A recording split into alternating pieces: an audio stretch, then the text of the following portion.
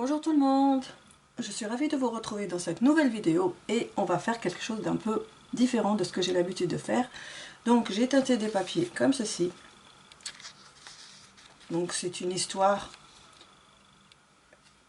que j'ai photocopiée, j'ai photocopié les pages d'une histoire, une petite histoire en langue arabe. Et donc voilà, ça parle d'une petite fille qui vient d'Inde et qui se retrouve en Angleterre après le décès de sa famille, de ses parents, de toutes les personnes qui étaient présentes à la maison, et donc c'est son oncle qui l'a recueilli en Angleterre.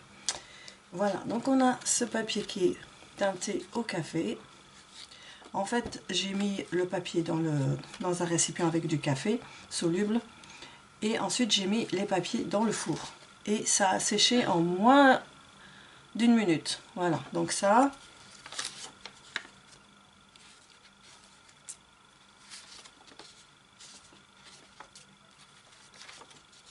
Alors celle-ci par exemple, je l'ai agrandie.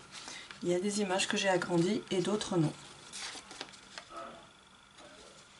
Je les ai agrandies à 127% sur la photocopieuse de l'école. Je le dis tout doucement. Voilà.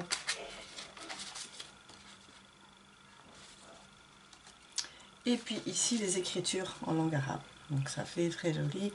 On peut même les mettre à l'envers pour donner encore un autre effet, une langue étrangère, inconnue on va dire. Déjà que les caractères comme ça sont assez difficiles à lire, alors vous imaginez quand ils sont à l'envers, c'est une autre histoire. Voilà, moi j'ai beaucoup aimé. Là c'est parce que j'ai mis par-dessus un autre papier, donc ça m'a fait une partie plus claire que l'autre. Alors il y en a que j'ai froissé. Alors là aussi, j'ai mis 2 papiers par-dessus. Voilà, ça a donné 2 couleurs différentes. Alors des papiers que j'ai froissé, celui-ci, et que j'ai mis dans le café. Donc ça a donné cet effet-là. Celui-là aussi.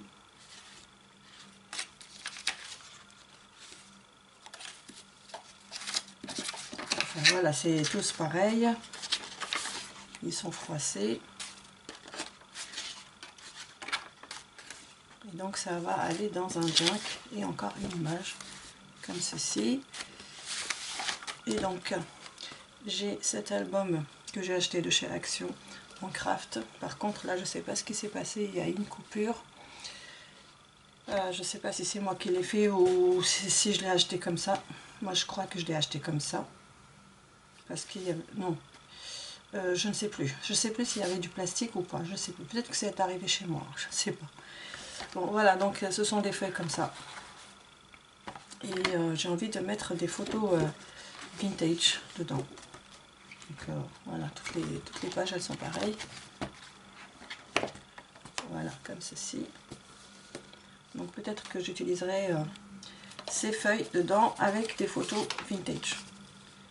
Peut-être que je mettrai une comme ça, ou alors je mettrai une photo de mes ancêtres, je ne sais pas encore, on verra. Parce que j'ai des photos en noir et blanc de mes ancêtres.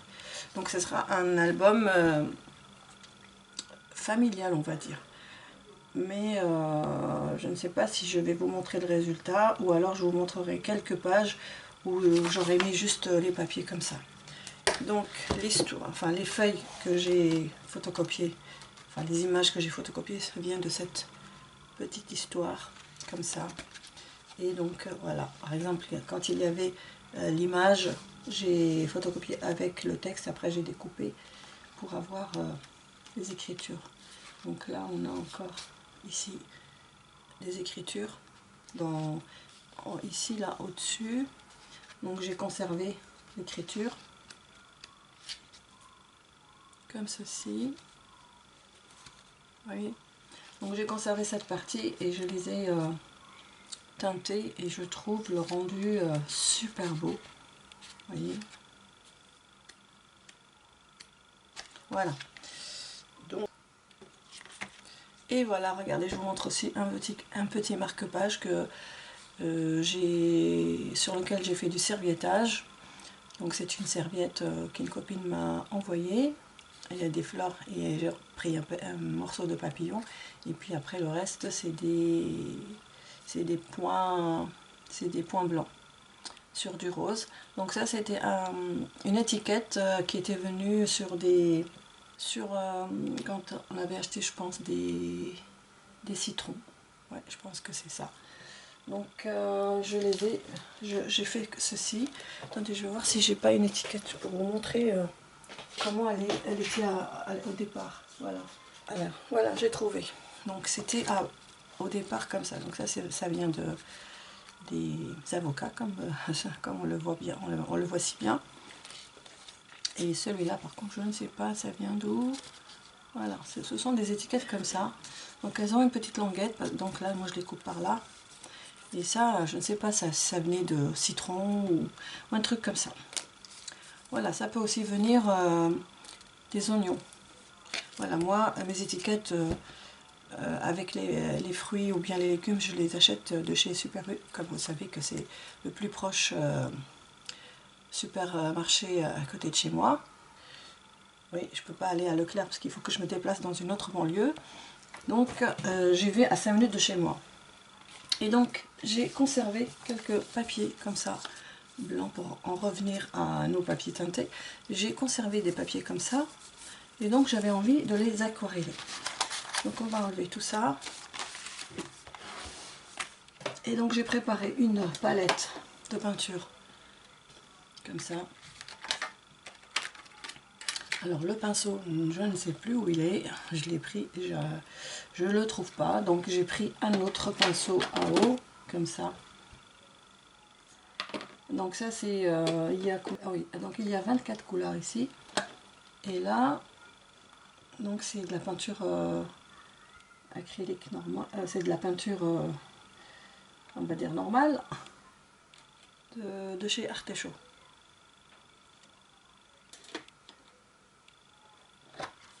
Et là, on a de la peinture qui est pailletée. Donc ici, on a 12 couleurs.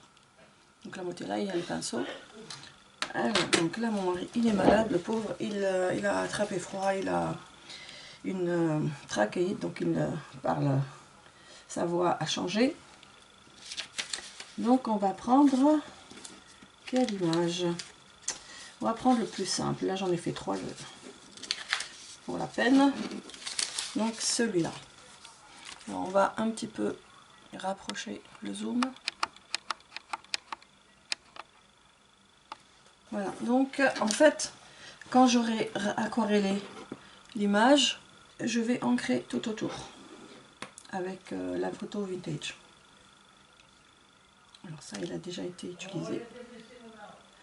Donc le pinceau, il a déjà été utilisé, donc je continue. Alors je vais faire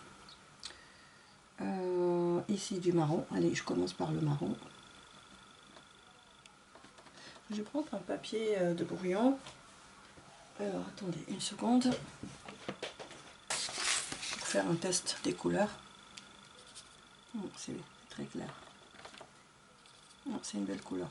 Bon, donc je vais faire le tronc.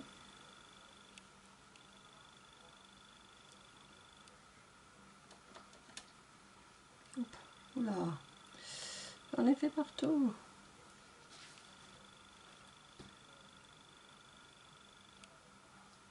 Alors, est-ce que vous voyez? Normalement, oui.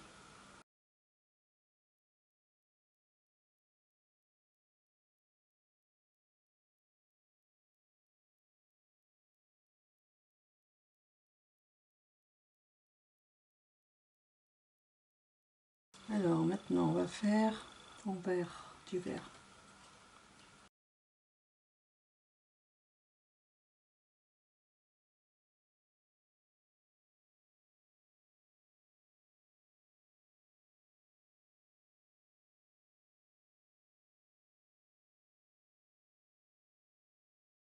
Alors, maintenant, on va prendre un autre vert plus foncé.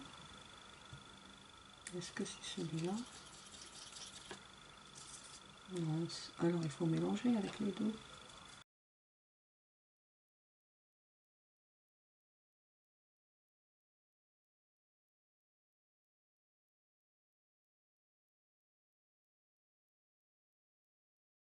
Alors ça c'est un oiseau, c'est un chardonneret. Donc on va faire ces pattes avec un peu.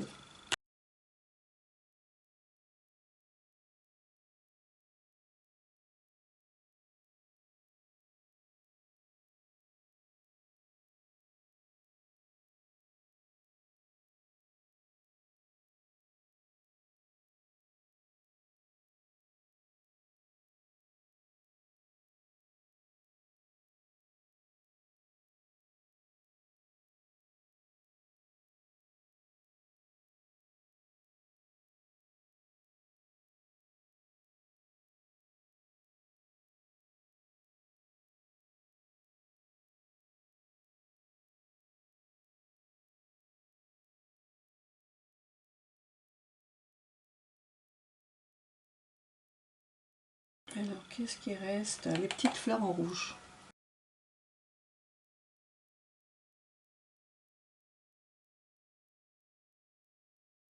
Voilà. Maintenant on va faire un vert foncé.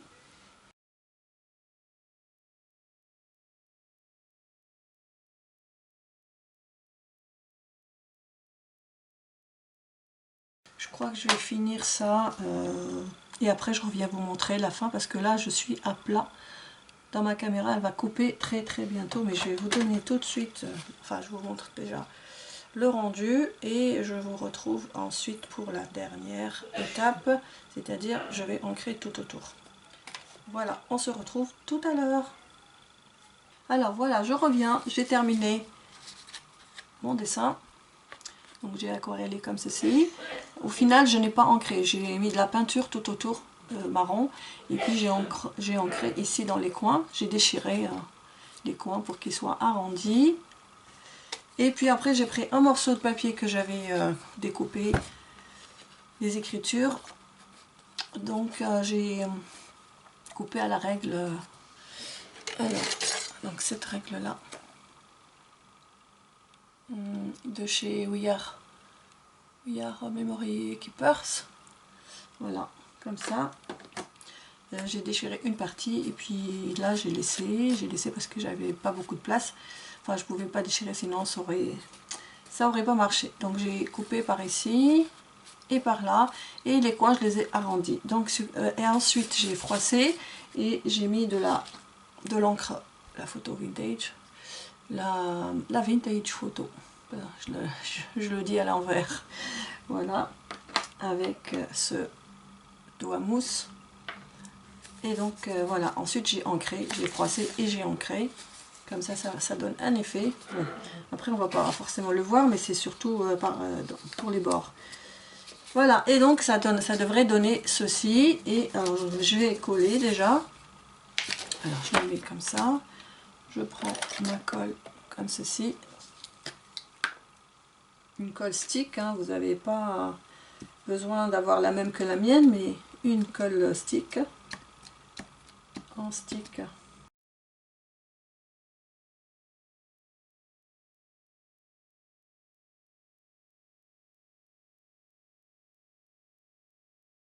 Voilà, ça devrait aller.